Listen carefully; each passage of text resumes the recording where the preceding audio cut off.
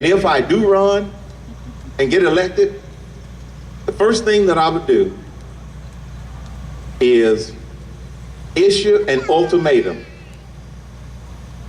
No increases in any budget in Washington, D.C., and no earmarks whatsoever. Not going to make a lot of friends. Not going to make a lot of friends. I wouldn't be worried about a second term. I wouldn't be worried about making friends. I'd be worried. My only concern would be doing what I could do while I had an opportunity to do it. So that would be the first thing. You stop the spending. You stop the spending by using the power of the veto in order to stop it, and then you work on ways to begin to bring it down. Not going to change it overnight, but that would be the first thing, because like that gentleman said, unless we are a strong economic power, we're not going to be a superpower.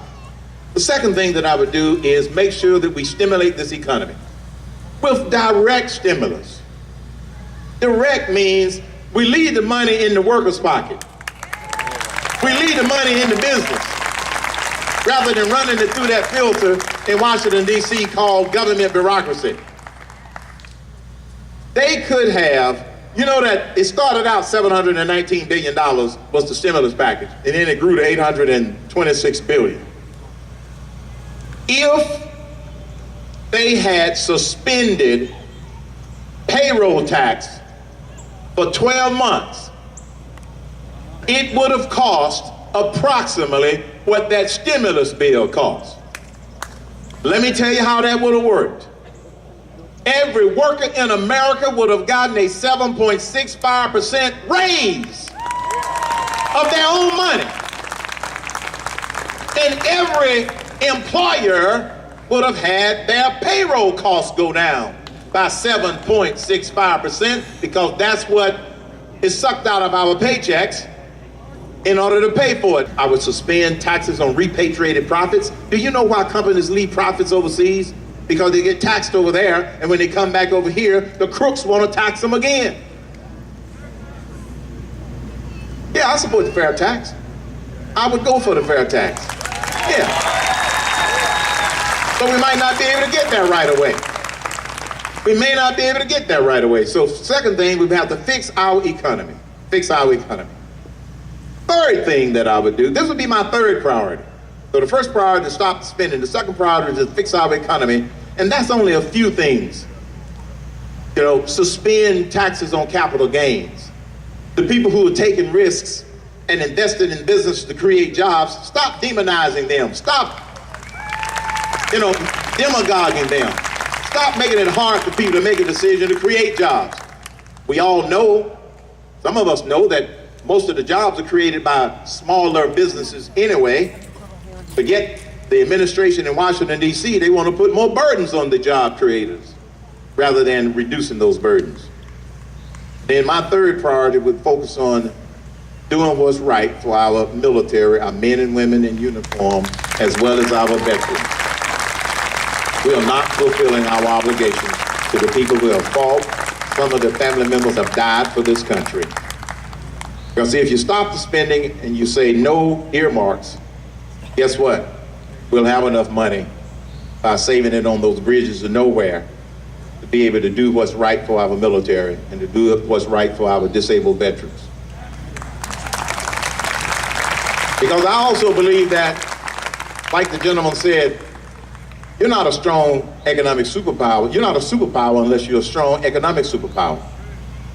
And with the threats to this nation in terms of security, both at our borders and around the world, Ronald Reagan said the greatest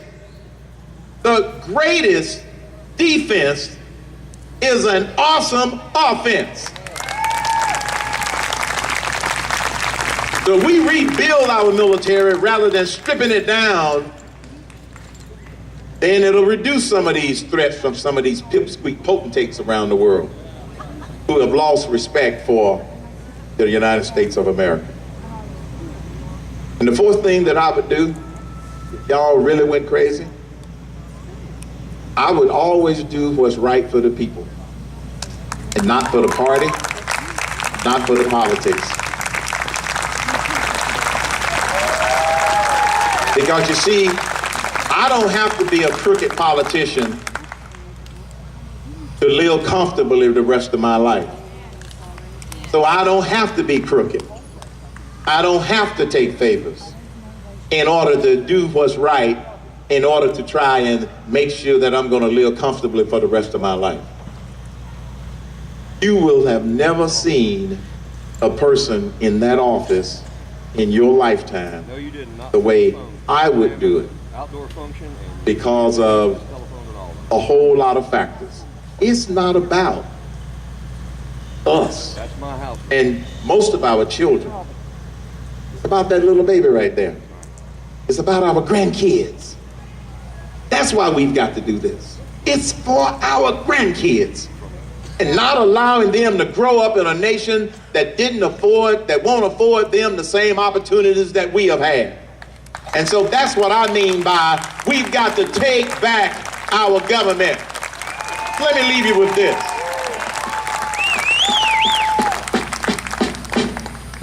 If you think you can't, you won't. If you think you dare not, you don't. If you'd like to take back this country but think you can, then chances are you won't. Life's battles don't always go to the biggest, the fastest, the strongest man or woman.